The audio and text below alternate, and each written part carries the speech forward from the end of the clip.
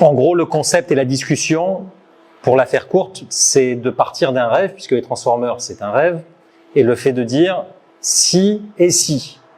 Et donc, la question, c'est et si on avait plein de pognon? Pourquoi pas? Et donc, on est parti dans un scénario complètement hypothétique. Peut-être pas tant que ça, peut-être demain, mais en tout cas, on est parti de ce questionnement-là. Et la réflexion qu'on a eue en mode un peu ping-pong, c'est de dire que le diagnostic aujourd'hui des transformers, même si il y a vraiment des fidèles, et moi je suis toujours très content de voir des gens qui systématiquement viennent, d'autres qui viennent un peu moins souvent parce qu'ils sont pris par leurs occupations, mais on va dire dans l'ensemble, il y a quand même une solidarité, il y a quelque chose qu'on trouve ici qu'on trouve pas ailleurs, c'est pour ça qu'on y revient. Je ne veux pas comparer avec l'UPE parce qu'il y a un membre avec nous, mais on va dire on n'est pas dans la même philosophie, on est quand même plus dans les choses un peu plus informelles, un peu plus dans l'action. Et donc la réflexion, et David l'a dit, c'est de dire on a l'acronyme Trop Fort Marseille, qu'est-ce qu'on fait de cet acronyme? T, Transformer, F, Fonds et M, Marseille. Et le concept, qui est forcément lié, parce qu'on ne crée jamais, on ne fait que copier-coller et adapter des choses, c'est ce que j'ai appris dans une formation APM récemment. L'idée, c'est de dire, il y a une émission qui cartonne à la télé qui est « Qui veut être mon associé ?» Pourquoi pas partir dans l'idée de dire qui veut être mon financeur, mon associé philanthrope, etc. Et donc, on s'est dit que, au final, au sein de l'association des Transformers, il y avait des projets extrêmement emblématiques, Plus belle ma ville, typiquement, mais que dans l'ensemble, on recevait aussi régulièrement beaucoup de gens avec des projets, avec de l'énergie, avec des envies très fortes, et que nous, en tant qu'entrepreneurs, on avait à leur proposer de l'écoute, c'est déjà pas mal, éventuellement du mentorat, et Christophe est là, et il a créé une association qui est l'emblème du mentorat avec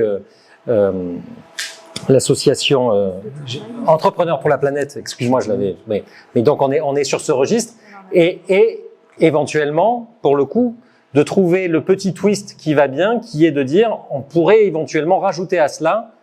l'idée de mettre aussi un peu d'argent, mais pas sur un mode fondation, de rester dans l'idée entrepreneuriale, à savoir, on ne veut pas taper à la porte de l'État pour défiscaliser, etc. On va assumer complètement les dépenses et de dire, en gros, on veut sourcer de l'énergie, des gens qui ont envie de porter des projets, on veut choisir l'énergie qu'on veut accompagner, et nous, en tant qu'entrepreneurs, on peut soit accompagner d'un point de vue mentorat, à notre niveau, soit accompagner éventuellement en termes financiers, c'est ce que font certains, soit au niveau matériel. J'ai senti qu'Alexis, il y a un petit don qui se prépare, je ne veux pas te dévoiler de secret, mais je le connais et je sais qu'il est généreux dans les projets dans lesquels il s'engage. Et donc de dire, on rajoute à ça un troisième élément qui est de dire, ben, l'association des Transformers, en fait, quand vous en faites partie, vous avez aussi la possibilité de rêver et de devenir aussi un peu de qui veut être mon associé. Ça n'aura pas la même portée en termes médiatiques, mais vous serez un peu dans la position du fauteuil en cuir qui va bien. Et donc, on est à la phase purement de brainstorming aujourd'hui, mais on sent que peut-être notre rêve d'avoir un peu de pognon va se réaliser, et pour le coup, ça donnerait finalement un troisième pilier à l'association. Je les rappelle, le premier, c'est de dire, il y a des membres dans l'association qui veulent se lancer dans des projets fous, typiquement Plus belle ma ville, et là, pour le coup, tout l'associatif de Transformers, mais bien au-delà, puisque l'association de Plus belle ma ville va au-delà du cercle des Transformers de mémoire, ou en tout cas, c'est lié. Donc là, c'est le premier aspect. Le deuxième aspect, c'est on est aussi une caisse de résonance pour des gens qui ont envie d'échanger, qui ont envie de parler et qui viennent pas forcément justement chercher autre chose que de l'écoute pour faire écho à des projets d'engagement. Je pense qu'on en a eu un certain nombre. Et l'idée, c'est régulièrement au sein de l'association de se dire, il y a des gens qui viennent présenter des projets dans lesquels ils ont besoin de du petit catalyseur, du petit chèque de 5 000 euros, de 10 000 euros pour aller un cran plus loin. Avec, une fois que j'ai dit tout ça, beaucoup d'enjeux éthiques, d'enjeux de cadrage, parce qu'à partir du moment où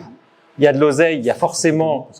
non pas des velléités d'aller taper dans la caisse, mais en tout cas, il y a des enjeux qui dépassent le simple cadre associatif. Et l'idée, c'est de fixer évidemment des règles très précises, de fixer un cadre, de sourcer les projets qui viendraient pitcher pour le coup devant les Transformers, mais une fois que le financement a lieu, de voir aussi des clauses de revoyure pour dire, ben non seulement je te finance, mais tu reviens me voir un an après et je veux qu'il y ait concrètement telle et telle chose qui soit réalisée et plein de choses derrière.